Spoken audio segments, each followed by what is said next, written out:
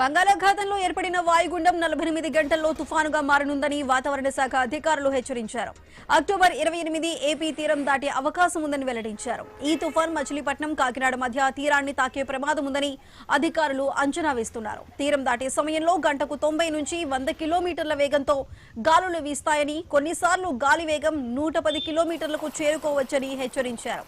దీని ప్రభావంతో కోస్తా, ఒడిశా, ఉత్తర తమిళనాడు ప్రాంతాల్లో కూడా భారీ వర్షాలు, బలమైన గాలులు నమోదవుతాయని తెలిపారు.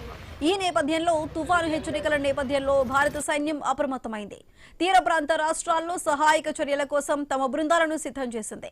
జాతీయ విపత్తు నిర్వహణ అథారిటీ, భారత వాతావరణ శాఖ తీర ప్రాంత రాష్ట్ర ప్రభుత్వాలతో నిరంతరం సమన్వయం చేసుకుంటోంది. ఇప్పటికే ప్రభావితమయ్యే అవకాశం ఉన్న రాష్ట్రాలకు విపత్తు సహాయక బృందాలను తరలించింది.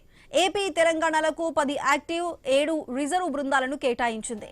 కర్ణాటక, కేరళ, తమిళనాడు, పశ్చిమ బెంగాల్, లక్షద్వీప్ దీవులకు కూడా ఆర్మీ బృందాలు చేరుకున్నాయి.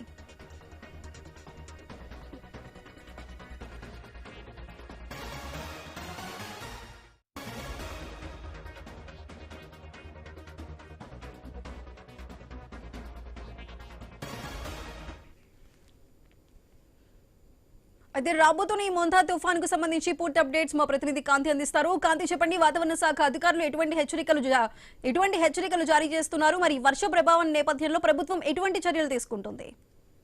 యాసగా బంగాళాఖాతంలో ఏర్పడినటువంటి వాయుగుండం మరొక 48 గంటల్లో తుఫారుగా మారనుందని వాతావరణ శాఖ హెచ్చరికలు జారీ చేసింది.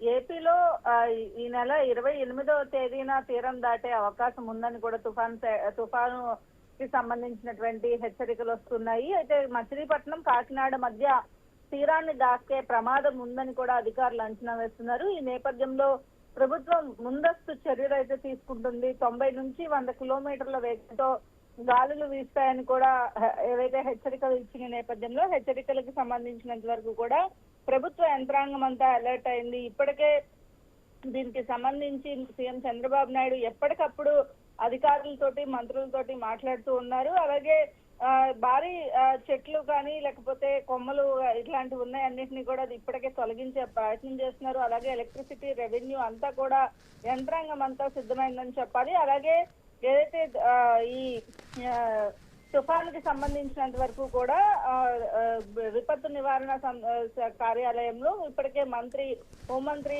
అనిత ఉదయం నుంచి సమీక్షలు నిర్వహించారు. అలాగే దీనికి సంబంధించి సీఎం కూడా ఎప్పటికప్పుడు ఏదైతే అధికారులతోటి, మంత్రులతోటి కావాల్సినటువంటి సౌకర్యాలు కల్పించడంతో పాటు ప్రతి జిల్లాకి ఒక ప్రత్యేక అధికారిని కూడా నియమించి దీనికి సంబంధించి ఏర్పాట్లు అయితే చేపడుతూ ఉన్నారు. ఈ నేపథ్యంలో ప్రభుత్వం అయితే అలర్ట్ గా ఉందని చెప్పుకోవాలి. సుధా.